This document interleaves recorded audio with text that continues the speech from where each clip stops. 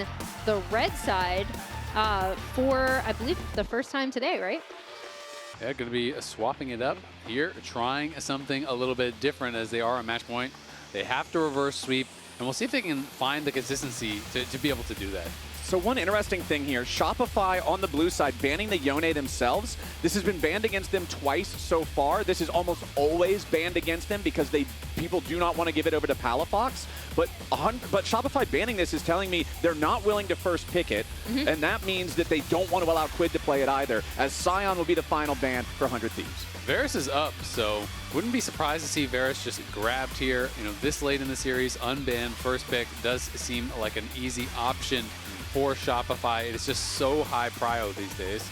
Yeah, you think we're in for a good old Varus Ezreal trade? It could be the classic. Yeah. I feel like we're seeing people prio the Varus so much more than the Ezreal now, though, that sometimes the Varus goes through, the Ezreal is up, and then people are just like, I'd rather play like Kai'Sa and try to dive him, or I'd rather play, you know, something that's going to scale alongside. Give me Ashe to go Archer exactly. versus Archer or something, right? Like, yeah, and immediately we see the response coming out of 100 Thieves is the Jayce and the Maokai. We've talked so much across multiple casts about how good of a combination this is. I know River is much well known for like, the Nefiri, which is an assassin, or something that is a heavy ganker like Jarvan. I actually think his Maokai is kind of like underrated in the champion pool that he has. His team fighting with this champion in particular is really, really good. Oh, I actually love this, going for the Mundo here, because I actually think from this position it's a flex. I think it's actually a pretty solid matchup into the Jayce. You can farm easily and you can outscale in the top lane, but also it's a great jungle pick. We've already seen it in the jungle a little bit here in the LTA. Farms incredibly fast and can easily match. Of course, well, the flex is gone now. Yeah, unless you're going to go for some more jungle. Yeah, they spoiled a little bit. You know, I do think this gives you an incredibly beefy top side. With this kind of a top side, you're going to be going towards, you know, a scaling mid lane mage who's going to be putting out a lot of damage. And we already know what the comp is going to be basically for Shopify. It's going to be Varus, and it's going to be a high DPS mid lane mage, and it's going to be someone who's engaging for Seos, and they're going to do everything to protect that. So now 100 Thieves have got to decide what is the answer, and it's going to be Riven into the Ornn. It's time to reverse sweep. The Riven is undefeated for a sniper in competitive play. Let's see if he can continue that. Sniper calling his shot. They're going to flex that Jayce into the mid lane, which makes it even more interesting to see what Shopify is going to have left for Palafox to pilot, because I think, again, Palafox did go down on the Annie. His stuns were very crucial, and I think he's been having a solid series thus far on the Rise and Annie picks. So one thing I'm a little bit worried about here for the side of 100 Thieves is you've already got double AD solo lanes. So that means I'm expecting some kind of a splash of AP in the bottom lane somewhere. Might just be the Leandry's Maokai.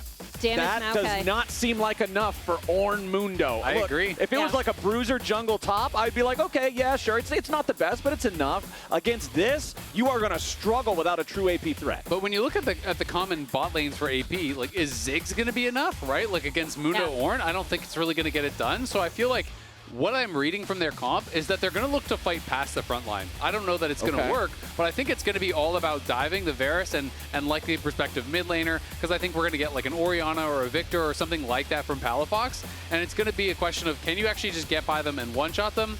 Which is why I'm already thinking, like, before we even see the lock-ins for the rest of 100 Thieves, there's the same read for Shopify. You know, they're thinking Kai'Sa, they're thinking dive.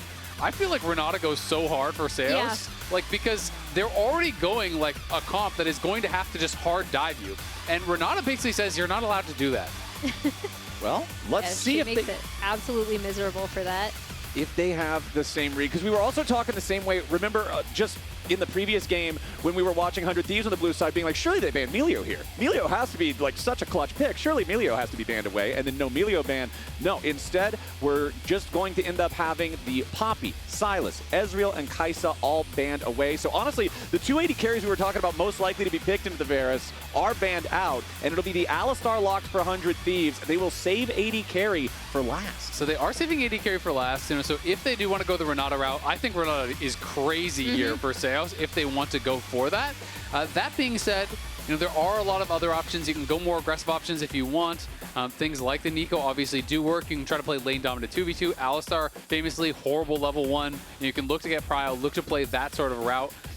I do wonder, with the Alistar getting picked on 4, though, are they really cooking bot and it's like a Karthus bot or it's a real AP bot or like something really out there? I still don't kind of believe it based on the team, but it leaves open the opportunity, right? And I still think there's value in Neeko for that counter-engage purpose that you guys are talking about. It's not the same as hostile. It's not the same as hostile takeover. But yeah, it still could be going mid, but it still has counter-engage value with the Pop Blossom if everybody's diving in. But it looks like, no, we are going to have the Neeko in support. Viktor mid for Palafox. And diving through a Viktor ult, diving through Viktor damage. It's Viktor versus Jayce in mid lane. Oh, God. Arcane. I've seen this television show. They need Jinx then if they want to win. Yeah. Oh, true. I guess they're... Get the 2v1 from Arcane. We'll just give Varus a blue wig. He'll You can go Mel in the bot lane. It works. Oh, yeah. Surely that would be enough AP damage. Hey, we've seen it. Ooh, okay. So gonna go with the Smolder here for FBI, going for the scaling, going for that powerful poke with a true damage burn.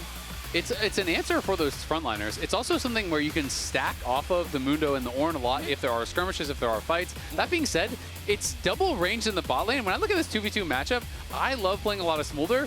This sounds like a nightmare. You're going to pick Smolder into Varus Neeko with an Alistar support? Like, what is the Alistar doing in this lane? Absolutely miserable. These two people are just going to click on your character while Alistar's just dancing in the side brush saying, you can't milk those.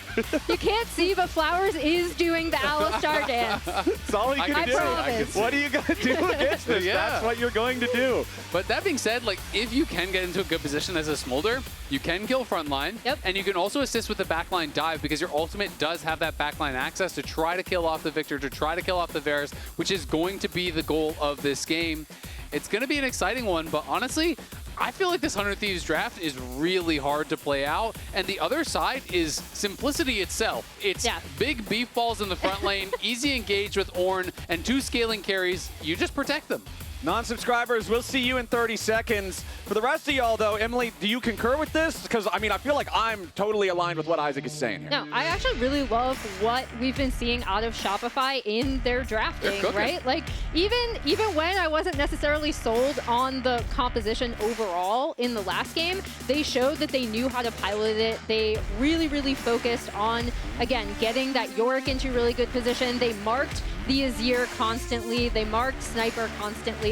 And this is, I think, going to be a difficult ask from 100 Thieves. By contrast, it's a much easier ask from Shopify in terms of piloting these two compositions. And I feel like in the last game, we got to see a little bit of a 2-game redemption arc for both Contractz and Bvoy compared to game number 1. Contractz had a really rough game 1. Bvoy eventually hit the soul spot that he needed on Senna, but he was having a worse performance overall compared to FBI, but they both did great in game number 2. We talked about how Contractz and Fudge were the gold difference in that second game as well. So everybody on Shopify kind of flipping the switch when they need to. Well, as we already pointed out, this should be a lane where Bvoy can also excel, right? All right, well, it looks like level 1 once again not going to be too scrappy as we have Jat standing by for an interview with Coach Riven. Up 2-0 in the series, how does that align with the expectations you had coming into the matchup? Pretty good, honestly, despite our practice this week being pretty terrible because we were getting, as Fudge mentioned, we were getting railed by Fly. But we actually just said at the end of week debrief that even if we play how we did against Fly, it'll be easy against 100 because they're 10 times worse. So that's what we're doing right now. I've seen you've been really hyped in the coach room when things have been going well. What has gone well for you guys this series, and what needs to go well in this game to finish the 3-0? I think holding on in the game 1, that even though the situation was bad, they knew what the win conditions were, stuck in the game, and then once we retook that game, I think game 2 was just easy, and I think 100 Thieves are pretty good tilters, or pretty bad tilters rather, so hopefully we can finish it out 3-0. Biggest thing to happen in this game to get the win? Nothing, honestly. Our comp is just controlled. We just need to not let their funny plays happen. Okay, I'll let you get back to Washington. Thanks, Revan. I love hearing that from him. He's like, what do you guys have to do? Nothing. We just have to wait for them to come to us. But I do think that is really crucial for the team composition that they picked. That's him saying Coach Gap without saying Coach Gap. I mean, my favorite thing is, yeah, we played really bad in scrims, but even if we play that bad, it's fine because 100 Thieves is worse. I love how both of these teams have such confidence that they were the better team coming into today, as now River could be in some trouble here as Shopify have invaded and stolen away his blue. Now, River did get it over the wall there with the smite. So he's going to be pretty happy about that because that's Contractz who went topside all the way down towards bot side to try to steal this away. And River ends up getting it. So there is some wasted time there for Contractz. He tried to use the really fast early clear here of Mundo to go 4 camps, then cross, and was not rewarded. Of course, he wanted to play around that pushing bot lane that they did have. Yeah, I think it was a really good recognition by Contractz, again, of what lane he can play around. Unfortunately, didn't end up working out. River is going to be happy with that as he's able to take out this scuttle on the bot side. But before the game started, Sniper was hyping up his Riven. Let's listen in. Hey, our comp's good. We're going to win this game. Smolder or Shiva? Yeah, I'm on that Riven. Let's say MVP. Well, you need to see this up, man. Yeah. True. Could it be They Ornn have support? an Nautilus, so... Yeah. He's feeling confident. He is undefeated in competitive play on it, but we'll see if he can keep that record going. I've got to say, last game to me, the Annie kind of felt reminiscent of the Xerath game that we saw in the past from Palafox, where Palafox was so far down individually. He was down like 140 CS by the end of the game. Yeah. But it just didn't matter because his role was basically grouping with the team, just allow Fudge to take all of this farm. He knows he's behind, but who cares? Because I'm going to point and click stun Quid, and I'm going to punish him. And it's kind of, reminiscent of that, and also some of these funny picks we've seen before, like the Aurelia from the last series, and all these other things. And it also, a lot of the fights in that were similarly reminiscent of the last time these two teams met, right? And we saw that Aurelia coming out for 100 Thieves in that game. Meanwhile, it was Palafox on the Xerath. And more importantly, I think in that specific game, it was Fudge on the Gnar to be able to set up for him. But we saw in this series, just in the last game, a lot of team fights go very similarly to the team fights in that game 3, which Shopify did win, which then put them in that position to be in the upper bracket in the first place. Palafox proving CS doesn't matter. Gold is fake. I'm going to tell my teammates that next time. Well, if you want to talk about CS doesn't matter, we have a bit of a CS issue in the 2v2 here, the bot lane that is now swapped top side. You can see all these minions left to farm for Bvoy, who is already 2.5 waves ahead of FBI's Smolder. I was about to say, Isaac, going back to what you mentioned towards the end of the draft there, I feel like this is all going according to plan for Shopify. Yeah, absolutely. I mean, when you pick a scaling weak early bot laner, and your support locks in like Alistar, you're just like, hold on. All right, buddy. Okay. It's for sure, man. I get it. All right. It's going to be one of those games. So you have to stay untilted. And now they're just going to keep swapping back and forth away from them. But this now puts Sniper in a weird position where it's like somebody has to deal with the lane. It's not going to be FBI. So good luck, Sniper. Isaac, I've heard Challenger AD carries talk about this type of situation before and call it a turn the music on game. Where, sometimes you're tryharding and you're locked in, but then you see your support lock in Alistar when you're up against double range. You're like, okay, we'll just kick the music on. Yep. Have a little bit of a see you guys at 25 minutes type of game this time. But right now, let's see what we get here with these mismatched matchups. And one thing that is really nice about the Smolder, if you're laning to Ornn, is that you get to kind of stack on him for free. He doesn't have that much threat, especially in this 1v2. As long as Sniper can continue to stay safe and farm, which is going to be a question, because if Contractz goes topside and they stack this wave and dive him, that would be a disaster. He has no TP. He's got to be able to stay safe, keep your HP at full to be able to defend the dive if it comes in. And a big thing for 100 Thieves is that they are actually able to get the first Drake off of that, right? Because they did swap away from that prio bot lane of the Varus. Neeko, they will be able to push in onto this turret. It should give them prio over Grubs, as we see Contractz already moving up. But really nice first Drake for 100 Thieves, and I believe the first time they've gotten first Drake in this series. It is the first time they've gotten first Drake in this series, and it is also the earliest first Drake by just about 5 minutes, at least 4. Both other Drakes have been taken 10 or 11 minutes into the game. River is making his way up towards this top part of the map. Contractz and Seos also prowling around the jungle here. River does have his ultimate to be used defensively if he needs it, but Contractz and Seos aren't really looking for a dive. They're just looking to steal this red buff away right now. And with a quick Tangle Barb plus arrow over the wall from the Bvoy and Seos combo, it's a nice little bit of chunk onto River as well. It absolutely is. And I mean, Shopify have just got to be so happy with the position in this game. Yes, FBI is farming down on the bot side, but even with him swapping away again, he's still down over 20 CS, and Sniper did what he could do, which is stand there and get experience, but he did not get to farm anything as it came in under his tower. So he was just sacrificing farm where you look on the other side. Now you're in this situation where you're 20 CS down bot, and you've taken your winning top and made him go down 20 CS as well. And so that is the matchup that they basically picked themselves into, and now they are really paying for their draft sins, I feel like, a little bit here. Like Alistar and Smolder into this lane, it's just you can't interact, and now Sniper can't either. So you've passed the buck a bit, and at least Eyla is here to cover so we can farm this wave, but Sniper needs to be strong. Like, you know, Riven doesn't have utility. You go in and you one-shot someone, or you go in and you die and you do nothing. There's not really a lot in between.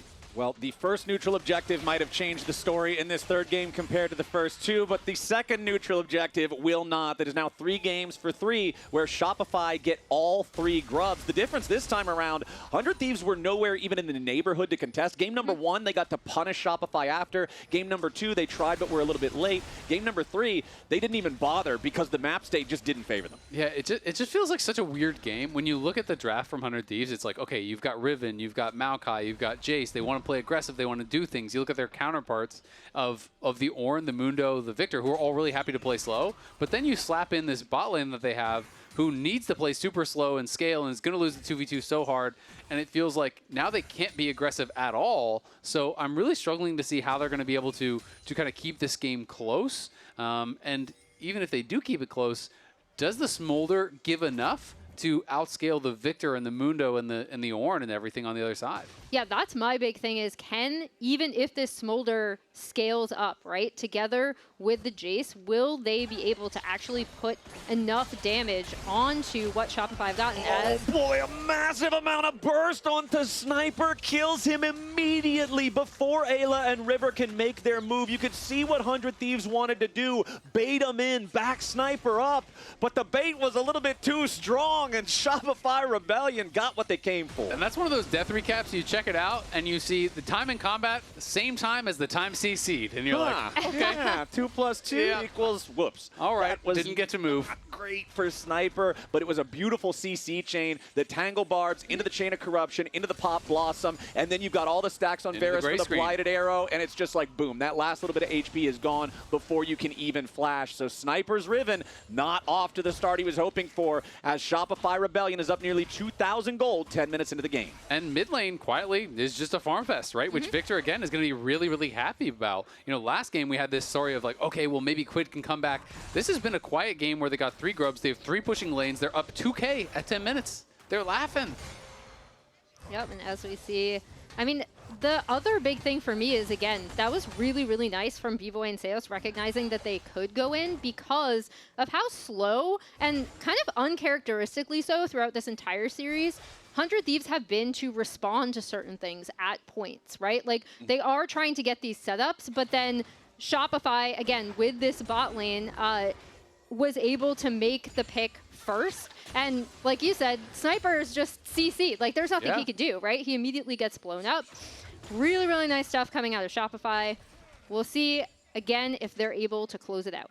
I mean, they just have to now, on the 100 Thieves side, you're looking for some sort of big X factor. I feel like for Shopify, the game plan is so clear. You have this massive advantage. Show up to every single objective and put pressure on your opponents, right?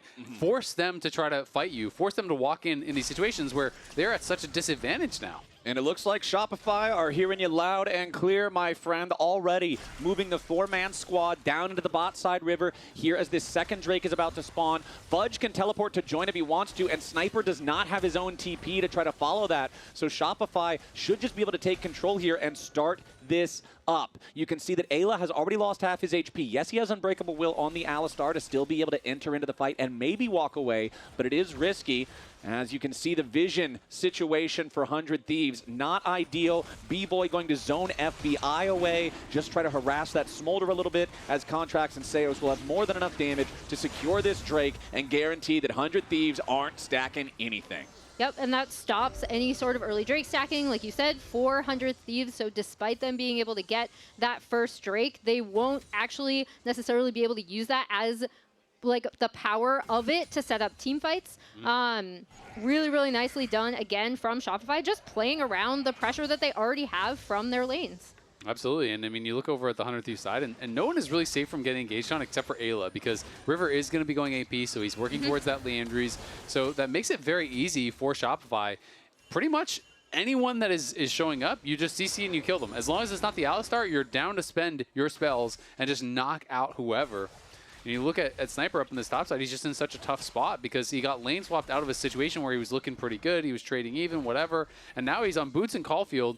The Sunfire's already done, Tabbies are coming in here soon for Fudge.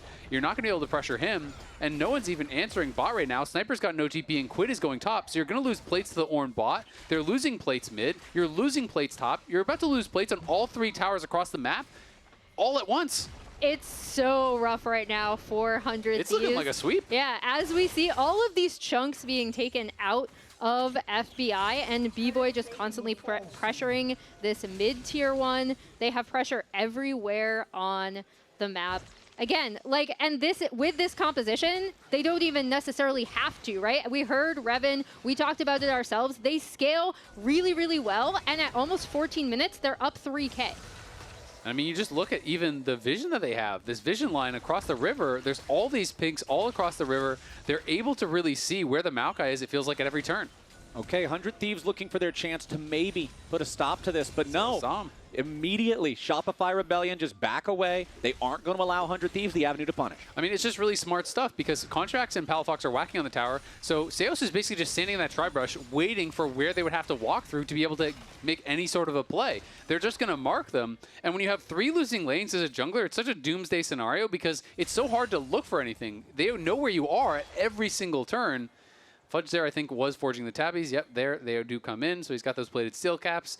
And he is kind of bulletproof right now. He's just got to keep getting XP, keep pushing in those waves. Yeah, I mean, look at Riven. You've got cooldown shoes and the parts of a bruiser item, and then across the aisle, it's a fully completed Sunfire. It's the tabbies just getting forged, like you said. Fudge is an immovable brick object for this Riven. And that's the result of having to swap away from that hard prio bot lane, right? To try to save this Smolder. And it didn't work because Is he saved, Emily? no, it did not actually work. He's looking destitute. He is not looking all that great. As we see the kind of general timings for some of these Smolder stacks, the most important ones being 25, 125, and 225. Currently, FBI is sitting at 96 at 1521. So yeah, he's about A little behind. 3/4 of the way to where he should be. As you can see, a big chunk of damage there onto the Alistar. Not enough to threaten a lethal situation, but it is enough to force him all the way back. I mean, at 400 HP, even if you Unbreakable Will, you go in and you die instantly. Yeah, and I mean, the upgraded boots are going to be available at this next Dragon here in 1:30 because they have the first tower. They already have 2 out of 3 of those objectives taken. And they're looking good. I mean, Fudge is just going to start taking trades. Oh, man, Fudge is going in for the Chad Ornn play. Immediately goes for the ulti commit. Another Brittle, another proc, and Sniper is down to 350 HP. However, he did not commit the Wind Slash for that. So if he wants to try to go back and heal, teleport in to join a fight, maybe he could. But the objective is already gone before the fight even starts. Shopify Rebellion claim the Herald, claim the Empowered Boots from the feats. They are feeling good about everything. Yeah, I was going to say that just allows them to get the Rift Herald, right? For free. Nothing 100 Thieves can do about that. And they're also going to be able to get another turret off of this bot side for Fudge's Ornn. Nothing that Sniper is going to be able to do about that, but watch it die in front of him. 4,000 gold, 16.5 minutes into the game. Yeah. Yeah, that's really suffocating for 100 Thieves to have to deal with, especially when you consider the only neutral that they have is a single flower petal and a mountain drake from 6 minutes into the game. Yeah, I mean, it's really tough, right? Like, it's hard, hard to kind of think about how they're going to be able to come back other than you need to look for that miracle play, right? You need to look for that multi-man combo where Riven flashes in and one-shot someone. You're looking for those dream scenarios because beyond that, you're just not winning this game now the way it's going. Fudge is about to hit level 12. He's even getting a ton of XP, so the ornaments are even on the horizon here as well. Those levels are going to continue to come in. And it looks like 100 Thieves have decided it's not going to get too much better. They're around here. They're looking for a potential fight. Well, I like the fact that they just got the accelerated shock blast there onto Bvoy. That will at least knock the Varus down to about half HP, maybe give him a better chance to move into the river and establish some control, get some battle lines for a better fight. They all at least have one item, so they do have that going for them. We'll see if they can make it happen. Okay, Shopify Rebellion grouped up as 5. They're going to use the Herald as the distraction in mid while the Dragon fight is going to begin. Dragon down to about half HP already. Eyla looking for his opportunity to maybe go in as 100 Thieves still working on the Drake. Eyla zoning everybody away as Mom flies through, but immediately on the front line, the Alistar ain't going to survive. Fudge barely gets himself out. Sniper's about to die, and Contractz just needs one more hit to do it. Seos with a beautiful job peeling, protecting Palafox, and his amazing job in this fight as immediately Contractz goes back in for the double kill. 100 Thieves lose 4, and the only thing they get back is Bvoy. Contractz goes where he pleases, picks up the double, and that might just be the straw that broke the camel's back. FBI was so poked out early on here, and they decided to go for it. Quid, Eyla, Sniper, they're getting in on the back line, but Ayla's just kind of taking damage for free right now, while Fudge redirects the ulti on into him. Then Sniper, Quid, they go for it. They try to commit, but they can't quite get the kills off the bat. Yeah, and off the backside, we then see Contractz basically sitting on Sniper's head, a briefcase going in there, and then Quid falling in the mid lane as well to Contractz cleaning that up. I mean, they know, man. Yeah, they know. They can feel it. From that spot, if you choose to fight at that Dragon, it's tough. flash, Maokai flash, Jayce flash. Push. He sounds like he's on an EDM track. Push, Yeah. It's a streamer, Alois, has really been popularizing Mundo, and he always plays that track while he's playing. So everyone in his chat is spamming push, and he is a believer in the Mundo, clearly. He almost has his Warmogs done as well. So now, Jayce poke, Smolder poke, who cares? Mundo's just going to stand there, tank it up, and he is comically ahead. You're nearly 6,000 up at match point. You are vibing. And I want to praise Palafox in that last fight as well, because the placement of the Viktor, he avoided the initial engage. He throws down the gravity well on top of Eyla so nobody can save him. Then you have the Chaos Storm continuing to deal damage and get everybody low enough for the remainder of the team to deal with, while also managing to not die as they try to dive him with Quid's Jayce. So kind of, again, what we've been talking about with some of his other games. He's not dominating the lane. He's not going crazy with his farm, but when it gets to the fights, he's doing his job. Yeah, and he should be able to not only soak up so much of that poke potentially coming out of the Jayce and the Smolder, but also just frontline. Like in that last team fight, we saw him pretty much just sit on top of Riven until she died, basically zoning her out from being able to do anything. She'd already kind of gone in and gotten CC'd as well. But yeah, again, like, it's so awesome to see this out of Shopify, because they'd have these games where you'd be like, okay, they figured it out. They played this really well. They had this globals team composition. They played the side lanes. They played the map. And then they'd lose the next 2 games to Dignitas, right? In games that were really, really scrappy, constant team fighting. They themselves have talked about how they've had problems closing games out. Have looked so good in this series. I mean, absolutely. Fudge and Contractz as well have been looking fantastic. And when you're TL looking ahead, you're thinking about some of the struggles that they've had on the top side. That could be a problem there. Shopify really are looking threatening. They're on the Otacon. They're trying to put the finishing touches in. They've already got it down below half HP, and the enemy jungler is now at 1/3. 100 Thieves have got to be desperate. They got to be looking for something. Sniper wants to come around on the pincer attack. River is going in with only 150 HP. Contractz also incredibly low as River is already dead to the ulti coming out from Fudge. Shopify Rebellion are too far ahead. Ayla's gonna die next. Sniper's counterattack did not work at all as he is forced to retreat. There's 2 dead on 100 Thieves. There's Otacon for Shopify. There's an 8,000 gold lead 21 minutes into the game. We've seen it in their previous games. We see it here now. They do such a good job of being able to mark Sniper on these flanks, right? Fudge is able to stop him from really getting into the fight. Look at how low River already is. He is pretty much going to die instantly when Palafox ends up flashing in there. Jungler dead, Otacon to Shopify. Pretty much everything to Shopify. Yeah, I mean, Fudge just won't let Sniper pass. Sniper pops the ulti. Nope, you're not walking through here. You're not going anywhere. He's just going to mark him on that tri-brush, stands there, CCs him up every time he tries to walk through. They just can't get anything going, and now the first ornament is in there for Ornn. He's halfway to 14. It's just going to get worse. And now Bvoy and Seos looking for Quid. Chains of Corruption won't find him, but the Pop Blossom will. Follows it up with the Tangle Barbs for a rain of arrows. Execution. Shopify Rebellion get another kill. 0, 2, and 0 on that Jayce for Quid. The first game was close, and Shopify held on and came back to win. The second game was incredibly Shopify favored as they controlled things from the start. This third game is just public embarrassment for 100 Thieves, as Shopify Rebellion will silence all those claims about 100 being the better team that should have been in the upper bracket. Shopify looking to bust into the base not even 23 minutes into the game. The tier 3 inhibitor turret is down before the Baron can even spawn. I mean, it's tough. It's really tough. I mean, you're looking at Smolder. It's like, all right, he almost got his stacks. Surely that's going to see something. But he doesn't even have 2 items.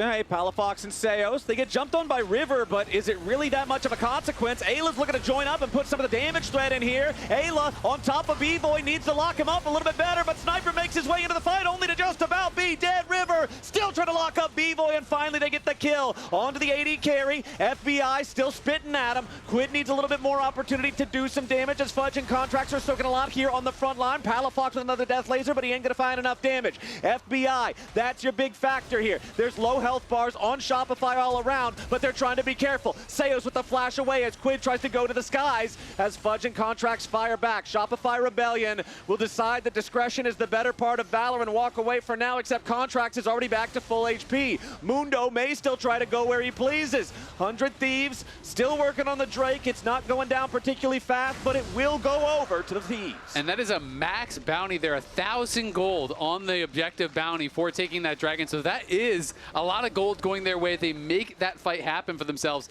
FBI on 223 stacks. Now we can watch this one more time. They try to go for this pick here onto River, but Eyla has a pretty good angle. FBI is coming in. They do teleport in the Riven, but Riven just gets completely stuffed here. The CC lands, the Tangle Barbs, he gets CC'd up by Ornn, has to flash over the wall, but this bought so much space for FBI. River's able to get in. They shut down Bvoy, and this gives them an opportunity that they need. Yeah, it kind of ended up being a split fight too, which when they were able to split... Riven saluting the death. They're still in a really, really good spot. It was nice, though, to see that fight out 100 Thieves. Have them recognize they do stop that Drake stacking, right? Like where Shopify will not be on soul point by the time the next Drake comes up. Sniper is going to be able to take this turret down. But what about Sniper himself? Fudge is trying to guarantee some sort of a punish here. Riven is hyper mobile, but a nice knock up there from Fudge at the very end. The clap, not quite enough, but the burn from the Sunfire Cape gets it done. I was about to say, Bvoy's headed down, but I don't even think he needs him to kill Sniper at this point. He is already in such a good spot. Yeah, Bvoy has his upgraded ornament as well as Fudge has hit 14. He's close to 15 now, too, so more and more of those items going to be coming through. It already shows 7K gold lead, but he shows ornaments are worth like 1,000 plus gold in stats, so looking really, really good here for Shopify. Like we said, they just got to keep showing up to every single objective and fighting it.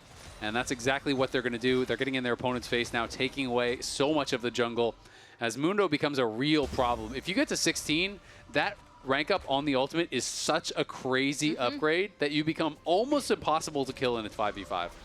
Well, FBI at least now has crossed that threshold of the 225. The Smolder, though, still only on 2 items, and it's not like the big powerful items either, it's right? not like IE or anything. Yeah, Essence Reaver and RFC. Yeah, the Essence Reaver just keeps you poking. The RFC gives you the little extra range to do it more safely, but it's none of those big, wow, this guy just two-shot me type of items. So FBI is going to need to maximize his damage output in these fights if he wants to have any chance of his team moving on to a Game 4 and staying alive here in the Split 2 playoffs. Shopify moving into the top side, jungle 100 Thieves now as Mom comes in. Bvoy's trying to get away, but the Maokai ulti finds him. Bvoy's already down as soon as the fight starts up, but now Sniper's going to dive back in trade. River's knocked up into the air. Contractz is going where he pleases, and it's straight to the heart of 100 Thieves. He finally dies, but the Chaos Storm is a tornado, and Palafox guarantees it with a pentakill. And that's Viktor from Arcane, baby. That Arcane Storm covering the whole screen. It's a penta for Palafox. It's going to be the Baron for Shopify. It's going to be the mid lane in him as well. They take everything. What an amazing combination from both Palafox and Contractz. That ult that just took up the entire screen. And again, they're actually going to end up, they're going to end up backing off after this one to kind of reset. Well, I mean, it's Ornn and Viktor. They can punch it forever, but they don't do a ton. But they do a ton in a fight like this. Let's watch it again. Yeah, so River sets up the Maokai ult to go through, right? Eyla is already on the flank. The Smolder out goes through. They do kill Bvoy immediately, but Sniper is already dead. River is already dead. And then Contractz just absolutely goes forward immediately on to Quid, to FBI. They both get deleted by this massive Viktor damage. It was the kill onto Quid that made the storm big enough to kill FBI there too. Absolutely clutch, and Revan's just playing the solo. Yeah. Penta, woo! I love it, man. Everybody on Shopify ready to go now as there's still 7,000 gold ahead. The Baron's down to about half HP. 100 Thieves, they know they got to contest this. You cannot afford to give this away. River without the flash throws the ulti over the wall. Contractz still on the Baron, looking to keep this one secured. It is smited and secured by Contractz as they cannot get a kill with the Riven. And a massive pop blossom onto 3 comes out from Seos before he falls. Quid's the next to die, and Eyla can't put the pressure onto Bvoy. Fudge and Contractz are strong enough to kill FBI on their own, and River's the only man left standing on 100 Thieves as Shopify Rebellion will find their ace. They will find their Baron, and with 30 seconds on death timers, they are marching straight into the base of 100 Thieves. You just have Mundo tank up everything. You don't need to worry about needing another wave. Shopify Rebellion are on the victory push, 19-5. The first 2 games already in their pocket. The third one going the same way. It was not a fluke. They're the better team. They're gonna clean sweep 100 Thieves straight out of the playoffs. Shopify Rebellion 3-0. Shopify heard 100 Thieves talking shit and they said, who, us? We are the better team. We absolutely deserve to be here. Just excellent stuff from them all around. I loved so many of these champion picks, these compositions they were able to put together. We talked about the top side doing super well. I also want to call out Palafox, right? Like, I've been one of, I feel, his biggest critics this season thus far. Showed up massive today. Second career pentakill for Palafox. What a way to end it. A clean sweep over 100 Thieves. So you get a happy for them. pentakill in the final game. Shopify ramping up at just the right time. They got knocked down by FlyQuest, but they sweep the lower bracket, and they're going to be ready for their matchup against Team Liquid now as they prove themselves one of the top 4 teams. And if I'm TL, I'm a little concerned by some of the things that Shopify was throwing out here, right? All right, let's find out exactly how Shopify's doing as we join Kobe and Fudge and Palafox on stage for the interview. Thank you. Yes, I actually got you guys a present for your 3-0 sweep of 100 Thieves. It is a designer box of fudge. This is very high quality fudge. Very expensive LA fudge. I'm not gonna eat it because I'm on a diet, but fair enough, fair enough, fair enough. I promise it's really good. Okay, you got a pentakill though. Yeah. I mean, we heard some of the comms listen-ins, but what was going through your head when you got that? Sick to always get a penta, but I don't know, it's just nice to have a clean 3-0. I feel like we played pretty well in this series compared to our previous ones, and yeah, we actually progressed the game. That's like all that's in my mind. I don't really care about the penta, but you know? Got that win. I mean, 100 Thieves have been talking a lot of trash too. Talking about the last time you guys beat them, and they deserve to be in the upper bracket. Any response now that you guys really have been scaling, and there's no question left after a 3-0? I mean, I think they've always been coping quite a bit with the record thing of like, oh, it should have been top 4. I mean, realistically, we played against them, we beat them. That's why we were top 4, and then we 3-0'd them now. So, I mean, I feel bad for them. Obviously, losing and ending your season doesn't feel well, so I won't shit talk them or anything, but GG to Snipes. GG, well played. I mean, what has been the main improvement within this team? Because obviously it definitely has been a struggle, you know, throughout this year to get to this point, but you really do seem to be scaling. I think that we're just playing more as a team, and I mean, you can see it in our losses even leading up. We're just having a hard time like progressing the game. And today I feel like we had a clear plan, and we didn't really like even in the Rise Senna game that we played, we just were okay giving things, okay scaling, and then just took good team fights. So I think before in the past, we probably wouldn't have done that. We just would have thrown it down the drain. But yeah, it just feels good. Nice job cleaning it up. And you guys are looking at Team Liquid in the future. Any thoughts for your future matchup? I mean, Impact was third team All-Pro, so it'll be a very hard match, but I have pretty good confidence against Team Liquid. All right, good luck and congratulations one more time. Thank you for the interview. There you go. You can keep that. Thank you.